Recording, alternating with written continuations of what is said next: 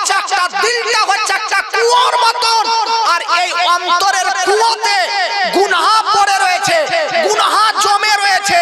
এই গুনাহকে যতক্ষণ না তুলে ফেলবেন, না সরিয়ে ফেলবেন, না পরিষ্কার করবেন, ততক্ষণ পর্যন্ত এই অন্তরের কুয়োর ইবাদতের পানি খেয়ে মজা আসবে।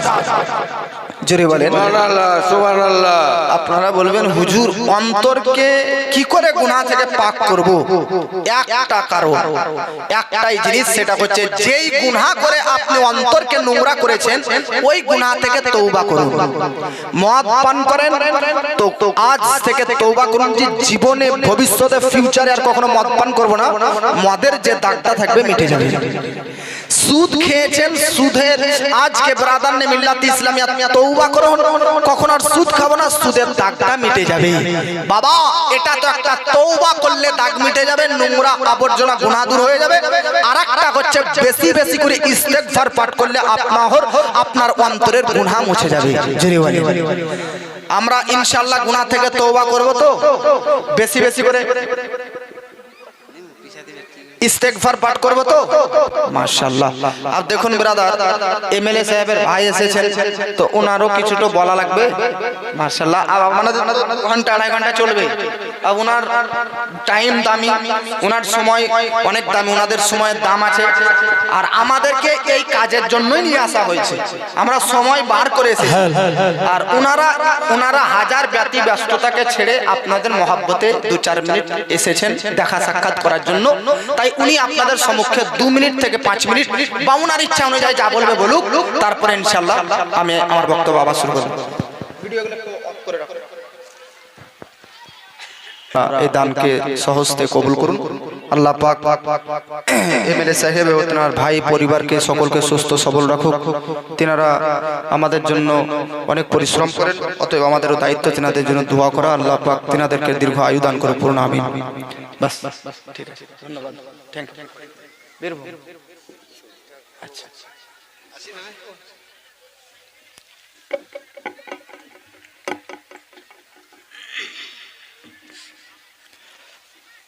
ব্রাদার, তো আপনারা মুড হারিয়ে ফেললেন নাকি? মাশাআল্লাহ, মুডেই তো আছেন লাগছে।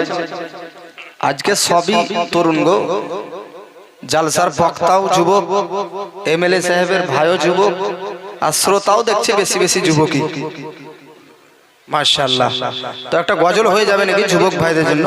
একবার হাত তুলে বলুন ইয়া রাসূলুল্লাহ, আর মহব্বতে বলুন ইয়া রাসূলুল্লাহ। বাংলা বলুন ইয়া হিন্দি, उर्दू? अच्छा। ऐ नसीमे सहर मेरे सरकार से, ऐ नसीमे सहर मेरे सरकार से, सबके बारे में इतना बता दीजिए, सबके बारे में इतना बता दीजिए,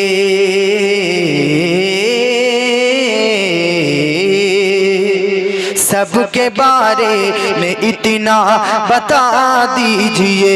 ऐ नसीमे सहर मेरे सरकार से, ऐ नसीमे सहर मेरे सरकार से, सबके बारे में इतना बता दीजिए, सबके बारे में इतना बता दीजिए। ऐ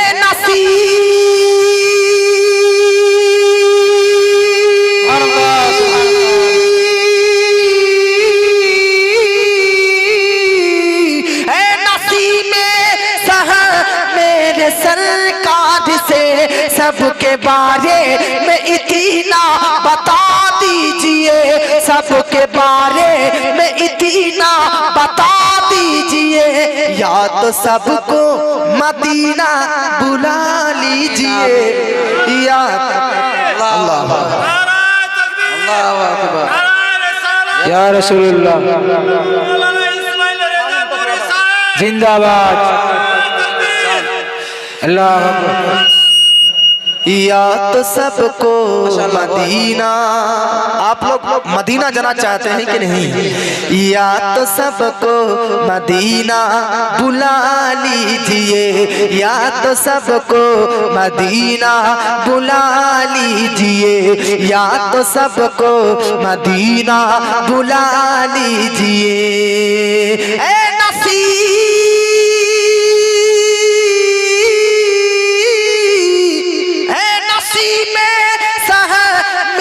सरकार से सबके बारे में इतना बता दीजिए, सबके बारे में इतना बता दीजिए, या तो सबको मदीना बुला लीजिए, या तो इनको मदीना बुला लीजिए, या तो इन सबको मदीना बुला लीजिए, या तो इनको मदीना बुला लीजिए, या तो इनको मदीना बुला लीजिए, या तो आपको ऑपरेटर सर कभी लिखिए, या तो आपको मदीना बुला लीजिए। अब आप सबके लिए, या तो सबको मदीना, अगला शेर जब आएगा तो और मचलोगे, या तो सबको मदीना बुला लीजिए, या तो सबको मदीना बुला लीजिए, या तो सबको मदीना बुला लीजिए, वरना या तो दिल को, या तो दिल को, या तो दिल को मदीना बना दीजिए, या तो दिल को मदीना बना दीजिए, या तो दिल को मदीना बना दीजिए।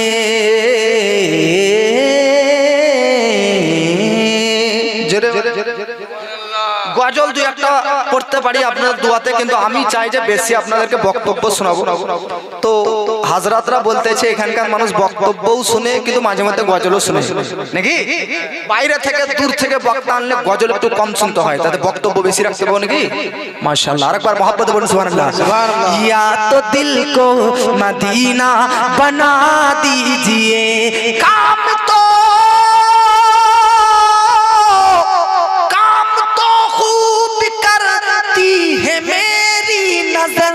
फिर भी बेचैन रहता हूँ ये सोच कर, फिर भी बेचैन रहता हूँ ये सोच कर, काम तो खूब करती है मेरी नजर, फिर भी बेचैन रहता हूँ ये सोच कर, बुझ न जाए कहीं आँख की रोशनी, बुझ न जाए कहीं आँख की रोशनी, बुझ न जाए कहीं आँख की रोशनी, बुझ न जाए कहीं आँख की रोशनी।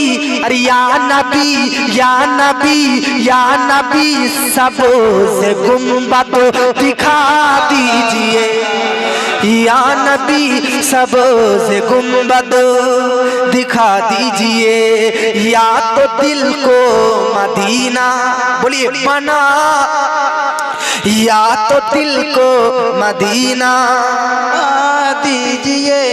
বাবাজি মিল্লাত ইসলামিয়া আপনাদেরকে বলতে চাই, দিল তো এরকম এরকম মদিনা হয় না ভাই। আপনাদেরকে বললাম দিলকে পাক রাখতে হবে, পবিত্র রাখতে হবে, বিরাদার পাপ মুক্ত করতে হবে, বিরাদার নে মিল্লাত ইসলামিয়া গুনাহ মুক্ত রাখতে হবে, তবেই এই দিলটা মদিনা হবে। শুধু মুখে নয়, বাস্তবে কর্মে আমাদেরকে দেখাতে হবে দিলটা আমাদেরকে বিরাদার পবিত্র পরিষ্কার পাক রাখতে হবে। আপনাদেরকে বলতে চাই, গুনাহ করলে দিলের মধ্যে কটা দাগ পড়ে?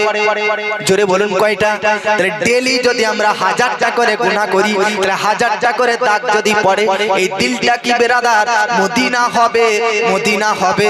জোরে বলেন হবে না, হবে না, হবে না। তাই দিলটা যদি মদিনা বানাতে চান, দিলটা যদি পবিত্র করতে চান, তাহলে বেরাদারনে মিল্লাত ইসলামিয়া এই দিল থেকে অন্তর থেকে মানুষের উপর যে আপনি হিংসা রাখেন, মানুষের প্রতি যে বিদ্বেষ রাখেন, বিদ্বেষ হিংসা রাখেন, অমুকের 10 তলা বিল্ডিং হয়ে গেছে, অমুকের 10 তলা বাড়ি হয়ে গেছে, অমুকের 10 বিঘা জমি হয়ে গেছে, অমুকের 2টো গাড়িও বাড়ি হয়ে গেছে, তার জন্য যে আপনি হিংসা পোষণ করতেছেন, এই হিংসা হাসাদ যদি অন্তরে দিলে থাকে, দিল কি মদিনা হবে? জোরে বলেন, হবে না। অন্যের উপর বিদ্বেষ না রাখলে কি দিলটা মদিনা হবে? না না না না বাবাজি, আল্লাহ ওকে দিয়েছে, আল্লাহ ওকে দিয়েছে, আপনি শুকরিয়া আদায় করুন। আল্লাহ বেরাদারনে মিল্লাত ইসলামিয়ার নিকটে যদি অপরকে কেউ যদি আল্লাহ ধনী বানিয়ে দেয়, সম্পদশালী বড়লোক বানিয়ে দেয়, আর আপনি যদি আল্লাহর দরবারে শুকরিয়া আদায় করেন, তো আল্লাহ পাক বলবে দেখ দেখ দেখ দেখ আমার বান্দা বান্দীদেরকে দেখ, আমি আল্লাহ তাকে দিইনি, অন্যকে দিয়েছি, অন্যকে দিয়েছি, তাই তো সে শুকরিয়া আদায় করতেছে। যা যা যা, আমিও তাকে ওর চাইতে বেশি তাকে দিয়ে দিলাম। জোরে বলেন। রে বাবাজি, এই অন্তরটাকে মদিনা বানাতে গেলে বেরাদার কি করতে হবে? হিংসা মুক্ত, অহংকার মুক্ত, বিদ্বেষ মুক্ত, পাপ মুক্ত, লোভ মুক্ত, লালসা মুক্ত, বেরাদার চোর ডাকাতি মুক্ত ইত্যাদি সুন্দর জীবন যাপন করবেন, তবেই এই দিলটা মদিনা হয়ে যাবে। হাসাদ আর জালান সে तू कर पाके सीना, बना पहले दिल को तू मक्का मदीना, बना पहले दिल को तू मक्का मदीना। हसद और जलन से तू कर पाक सीना, बना पहले दिल को तू मक्का मदीना, बना पहले दिल को तू मक्का मदीना। फिर अपने जुबान से नबी से यूं कहना, हुजूर आपको देखना चाहता हूँ, हुजूर आपको देखना चाहता हूँ। জোরে বলেন। তাহলে বাবাজি, আপনাদের মধ্যে বেরাদার মাশাআল্লাহ এমএলএ মুশাররফ হোসেন সাহেবের নেতৃত্বে 4000 টাকা, 8000 টাকা, আর আনসার আলী 5000 টাকা। নারে তাকবীর, নারে রিসালাত, মাসলাকে আলা হযরত এমএলএ সাহেব আসগর আলী সাহেব, আনসার আলী সাহেব, মাশাআল্লাহ। বাবাজি, আপনাদের মধ্যে কি বলতেছিলাম, লাইলাতুন নিসফ মিন শাবান, এটা আরবি হাদিসের পরিভাষায়, আর ফারসিতে যদি কনভার্ট করা যায় তাহলে কি হবে? শবে বারাত। বাবাজি, এই শবে বারাতের রাত্রিতে নবীজির নাতি ইমাম হাসান ইবাদত করার জন্য কয় ভাগে ভাগ করতেন? প্রথম ভাগে তিনি কি পাঠ করতেন? দরুদ ও সালাম পাঠ করতেন নবীজির প্রতি। এই আয়াতের ভিত্তিতে ইন্নাল্লাহা ওয়া মালাইকাতাহু ইউসাল্লুনা আলান নবী ইয়া আইয়ুহাল্লাযীনা আমানু সাল্লু আলাইহি ওয়া সাল্লিমু তাসলিমা। এই আয়াতটাই শাবান মাসে অবতীর্ণ হয়েছে, তাই এই আয়াতকে কেন্দ্র করে বাবাজি উনি বেশি বেশি করে ব্রাদার 3 ভাগের 1 ভাগে নবীজির প্রতি দরুদ ও সালাম প্রেরণ করেছে। এবার আপনাদেরকে বলতে চাই বাবাজি, ইমাম হাসান দ্বিতীয় ভাগে কি পাঠ করেছে, কি আদায় করেছে? ইমাম হাসান দ্বিতীয় ভাগে তওবা এবং ইস্তেগফার বেশি বেশি করে পড়তেন। জোরে বলেন। কোন আয়াতের ভিত্তিতে? ওয়ামা কানাল্লাহু মুআযযিবাহুম, এই আয়াতের ভিত্তিতে তিনি দ্বিতীয় অংশে দ্বিতীয় ভাগে ইস্তেগফার পাঠ করতেন। আপনাকে বললাম নবীজি ডেইলি কতবার ইস্তেগফার পাঠ করতেন? কতবার? 70 বার। এই জন্য আমরা নিজেদের অন্তরকে ময়লাকে যদি দূর করতে চাই তাহলে কি করতে হবে? বেশি বেশি করে তওবা এবং ইস্তেগফার। জোরে বলেন। এবার আপনাদের সম্মুখে আসি বাবাজি, ইমাম হাসান রাতের শেষ অংশে দ্বিতীয় অংশে দ্বিতীয় ভাগে রাতের শেষ অংশে তিনি কি করতেন? তো তিনি এই শবে বারাতের রাত্রিতে প্রথম অংশে দরুদ, দ্বিতীয় অংশে দরুদ, দ্বিতীয় অংশে তওবা ইস্তেগফার, আর তৃতীয় অংশে রাতের শেষ অংশে বেশি বেশি করে কিয়ামুল লাইল অর্থাৎ বেশি বেশি করে নামাজ আদায় করতেন। জোরে বলেন বাবাজি। এবার আপনাদের সম্মুখে আরো কথা বলে দেয়, আমার নবীজি বলেছেন শাবান মাস কার মাস বলেন তো? এই যে হাদিসটা প্রথমে বলেছিলাম, রজব মাস কার মাস আর শাবান মাস কার মাস? আর রমাদান মাস। তো শাবান মাস নবী কেন নিজের মাস বললেন? তার কারণ নবীজির উপর দুরূদ শরীফ পাঠ করার আয়াত ও হুকুম এই মাসেই নাজিল হয়েছে নাকি। এই জন্য এই মাসটাতে বেশি বেশি করে দুরূদ শরীফ পড়তে হবে, কি হবে না? জোরে বলেন। হ্যাঁ, তবে আপনাদেরকে একটা কথা বলে দিন, মা বোনরাও ভালো করে শুনেন। দুরূদ শরীফ যখন পাঠ করবেন এই নিয়তে পাঠ করবেন যে আমাদের দুরূদ শরীফ পাঠ করার আওয়াজ নবীজি মদিনা থেকে শুনতে পাচ্ছেন। এক ভাই 600 টাকা দিয়েছে, দানকে কবুল করুন, বলুন আমিন। নবীজি আমাদের দুরূদ শরীফ পাঠ করার আওয়াজ মদিনা থেকে শুনতে পাচ্ছেন, আমাদের এই বিশ্বাস আছে কি নাই? এই যে আরেক ভাই 400 টাকা দিলেন, আছে কি নাই? আব্বা এক ব্যক্তি বলতেছে, ভাই পাগল পেয়েছেন আমাদেরকে কেন? মাইক সরিয়ে কথা বলছি তো এই আওয়াজ বহুতি জামে মসজিদ পৌঁছেছে। মাইক ধরে কথা বললে মসজিদ পর্যন্ত আওয়াজ পৌঁছবে, কিন্তু মালদা স্টেশন পর্যন্ত পৌঁছবে। যেটা বলেন ইটাহার পর্যন্ত পৌঁছবে, ইটাহার বাস স্ট্যান্ড। তো হুজুর মাইক ধরে কথা বললে ইটাহার পর্যন্ত যদি না পৌঁছে, তাহলে আমাদের দুরূদ শরীফ পাঠ করার আওয়াজ মদিনা পর্যন্ত কিভাবে নবীর কর্ণ পর্যন্ত পৌঁছবে? বাবাজি আপনাদেরকে বলতে চাই, এই প্রশ্ন যিনারা করবেন তাদেরকে বলতে চাই, আব্বা আপনারা শুনেন বাবা, নবীজির কান আর আমাদের কান কি সমান? জোরে বলেন। নবীজির চোখ আর আমাদের চোখ কি সমান? নবীজির হাত আর আমাদের হাত কি সমান? নবীজির পা আর আমাদের পা কি সমান? নবীজির বেরাদানে মিল্লাত ইসলামিয়া নামাজ আর আমাদের নামাজ কি সমান? নবীজির কালিমা আর আমাদের কালিমা কি সমান? নবীজির বেরাদার রোজা আর আমাদের রোজা কি সমান? না না, যখন নবীজির কোনো কিছুর সঙ্গে আমাদের তুলনা হয় না, তখন নবীজির কান কর্ণশক্তির সঙ্গে আমাদের কর্ণশক্তি শ্রবণ শক্তির সঙ্গে কি করে আপনি তুলনা করলেন? এ ভাই, নবীজির থুথু হযরতে আলী রাদিয়াল্লাহু তাআলা আনহু অসুস্থ চোখে লাগিয়ে দিয়েছে, তো অসুস্থ চোখ সুস্থ হয়ে গেছে। আমাদের থুথু মুখ থেকে বার হবার পর না পাক, আমাদের থুথু যদি বেরাদার যেই জায়গাতে, যে মাটিতে, যে ভূমিতে পড়ে যাবে, ওই জায়গাতে ঘাস পর্যন্ত গজাবে না। আর নবীজির থুথু কি বরকত! হযরতে আলীর যুদ্ধর প্রান্তরে বেরাদার মিল্লাত ইসলামিয়া তীর বা বল্লমের আঘাতে তিনার চোখে লেগে যায়, তাই চোখ অসুস্থ হয়ে যায়। নবীজি সাল্লাল্লাহু আলাইহি ওয়াসাল্লাম নিজের মুখ মুবারক থেকে থুথু বার করলেন, আলীর অসুস্থ চোখে লাগিয়ে দিলেন, অসুস্থ চোখ চিরকালের জন্য সুস্থ হয়ে গেল। এ বাবা, বিশ্ববিখ্যাত সাহাবী হযরতে আবু বকর সিদ্দিক রাদিয়াল্লাহু তাআলা আনহু পায়ে এক জায়গাতে বিষাক্ত সাপে কামড় দিয়ে দিয়েছে, দংশন করে নিয়েছে।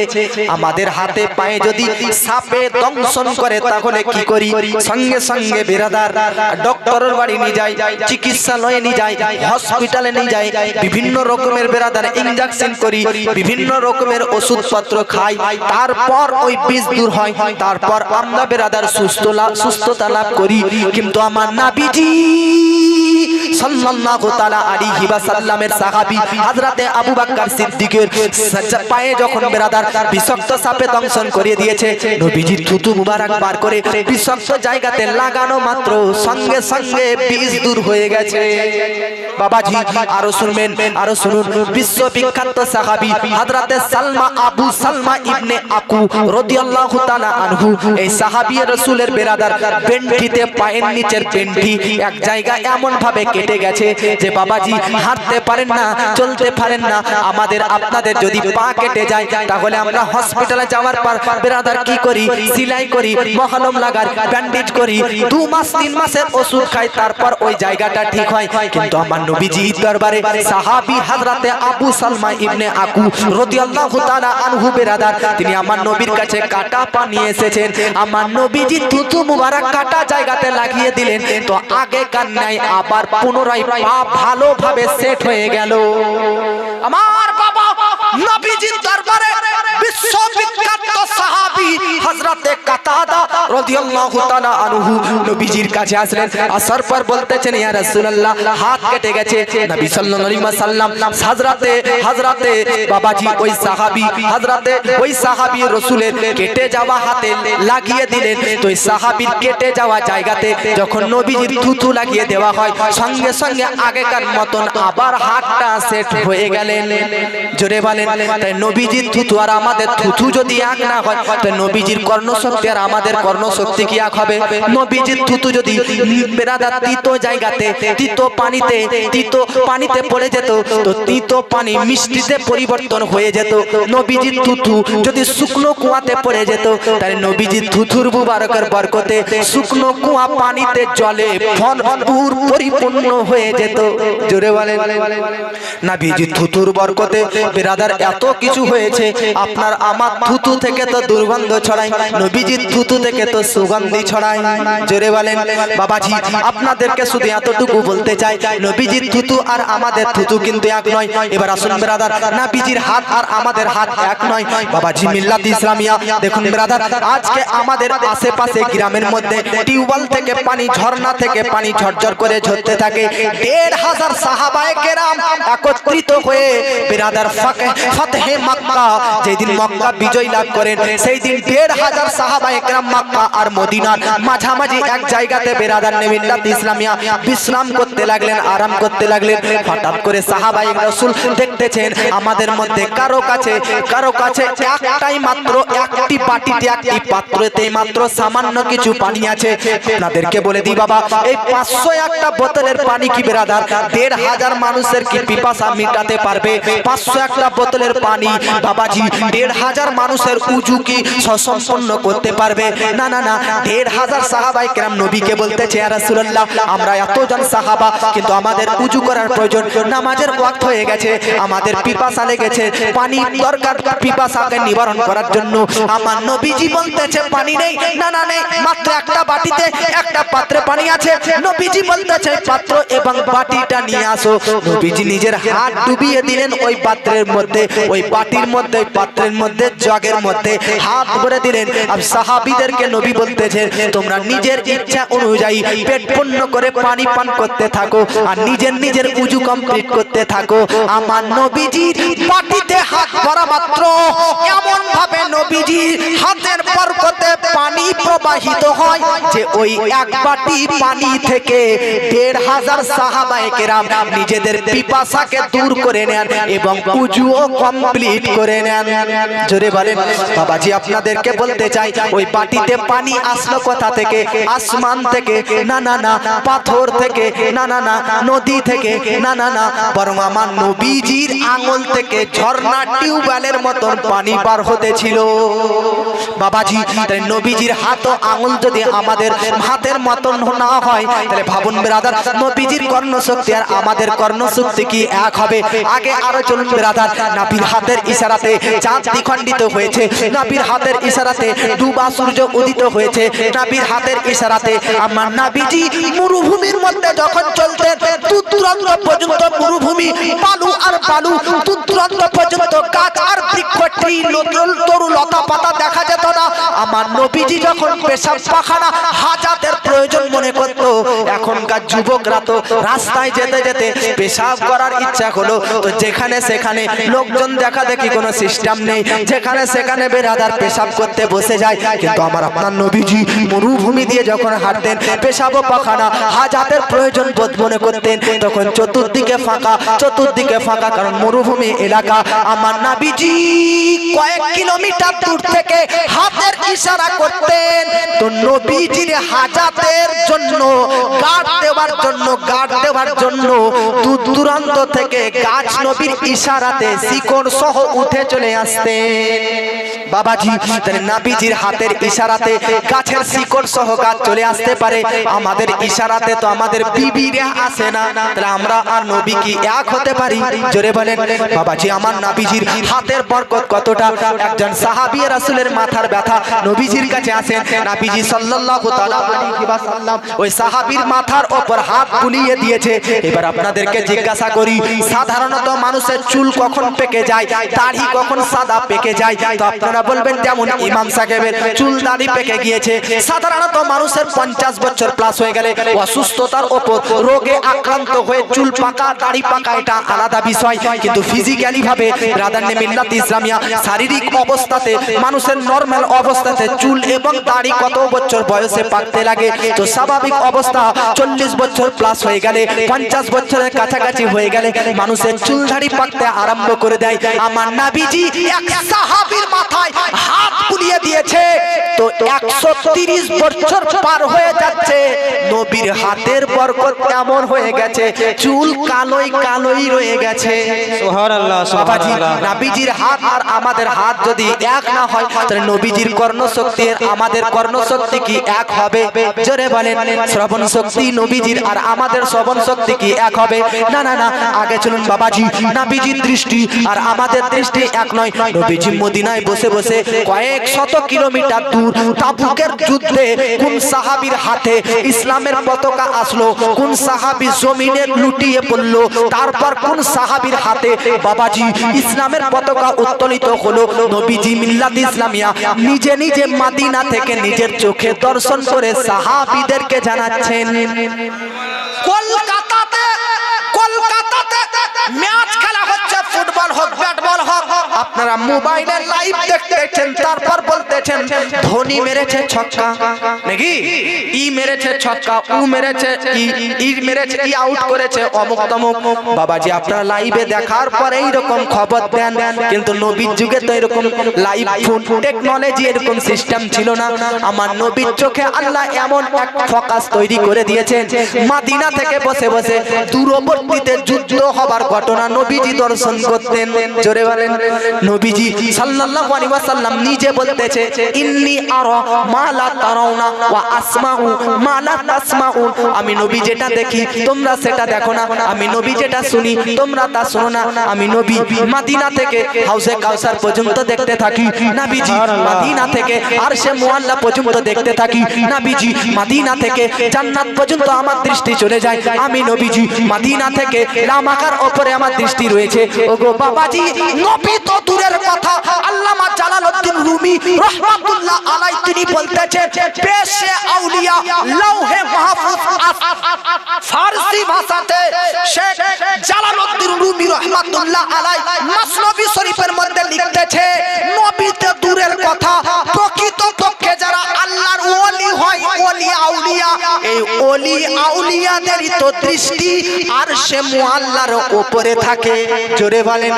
বাবাজি আপনারা ভাবুন, নবীর গোলাম ওলি আউলিয়াদের নজর যদি আরশে মুআল্লা পৌঁছে যায়, তাহলে গোলামের আকা সাইয়্যিদুল আম্বিয়া, নবীদের নবী, আমার নবী, দয়ার নবী, মায়ার নবীর দৃষ্টি কত দূর পর্যন্ত পৌঁছতে পারে? জোরে বলেন। বাবাজি তাহলে নবীজির দৃষ্টি আর আমাদের দৃষ্টি এক নয়, নবীজির হাত আর আমাদের হাত এক নয়, নবীজির বলা আর আমাদের বলা এক নয়। বাবাজি আপনি আমি মুখ দিয়ে যখন তখন যা কিছু গালি হোক, ভালো হোক, মন্দ হোক, সব কিছু বার করে দিই, কিন্তু নবীজির জবান থেকে যাহা কিছু বার হতো তাহা কিছু আল্লাহর প্রদত্ত ওহী বার হতো। জোরে বলেন। নবী কখনো এই মুখ দিয়ে কারো পরনিন্দা করেননি, কারো পরচর্চা করেননি। আমার আপনার নবীজি 63 বছরের জীবনে কখনো বেরাদার নবীজি মিথ্যা কথা বলেননি। ও নবীজি সাল্লাল্লাহু আলাইহি ওয়াসাল্লাম যা কিছু বলতেন শরীয়তের পক্ষে বলতেন, যা কিছু বলতেন আল্লাহর প্রদানকৃত ক্ষমতাতে বলতেন। 27 নম্বর পারা, সূরার নাম সূরা নাজম। এই সূরা নাজমের মধ্যে একটা আয়াত লিপিবদ্ধ রয়েছে। আল্লাহ পাক কোরআনের মধ্যে বলতেছে, ওয়া মা ইয়ানতিকু আনিল হাওয়া ইন হুয়া ইল্লা ওয়াহয়ু ইউহা। নবীজি যেটা বলেন সেটা নিজের বানানো গড়ানো বলেন না, বরং যেটা বলেন সেটা আল্লাহর প্রদত্ত ক্ষমতাতে, আল্লাহর বলাতে নবীজি বলতে থাকেন। জোরে বলেন। বাবাজি আপনাদেরকে বলতে চাই, নবীজির বলা, নবীজি নাবিজির দেখা, নাবিজির ধরা, নাবিজির হাত, নাবিজির বেরাদার পা আমাদের মতন নয়, তখন আমাদের শ্রবণ শক্তি আর নবীজির শ্রবণ শক্তি কিভাবে এক হতে পারে? ওগো বাবাজি, নাবিজি কদমে মক্কার জমিনে, মক্কার ভূমিতে মাটি রেখেছেন, তো মক্কার জমিনে এতটা দামি হয়ে গেছে যে কুরআনে আল্লাহ বলতেছে, জোরে বলেন মহব্বত বলেন সুবহানাল্লাহ সুবহানাল্লাহ। আর মহব্বত বলেন মক্কার শপথ। কেন না, এখন কোনো কিছু হবে না। মক্কার জমিনের শপথ আল্লাহ কখন খেলো? যখন আমার নবীজির কদমের পা পড়লো। আপনারা কিন্তু এরকম করবেন না। আপ যে মা বোন আসছে আসুন, আমি একটা টাইম দেবো ঠিক ওয়াজের মধ্যে, না ওয়াজের মধ্যে এরকম ডিস্টার্ব করলে হবে না। আপনারা আসুন, যে যা আসবেন যেখানে আসুন বসুন যান। মা বোনদের তো প্রথমে ভুল হচ্ছে, আপনারা একটু আগে আগে আসুন, আমাকে বলতে কেন হবে? আপনারা আগে আগে নিজের থেকে উঠে চলে আসুন, পুরুষরা থাকুন। ওয়াজের একটা মাইন্ডে আমি বলতেছি, আপনারা বারবার যদি এরকম করেন তো ডিস্টার্ব হবে না। এটা কমিটি বলতেছে, হাজরাতের কি দোষ? কিন্তু আপনাদেরকে বলবো একটু আপনারা ধ্যান দিয়ে বসুন। আমি ঠিক টাইম দেবো, ওই টাইমে আপনারা করবেন। মহব্বতে বলুন সুবহানাল্লাহ।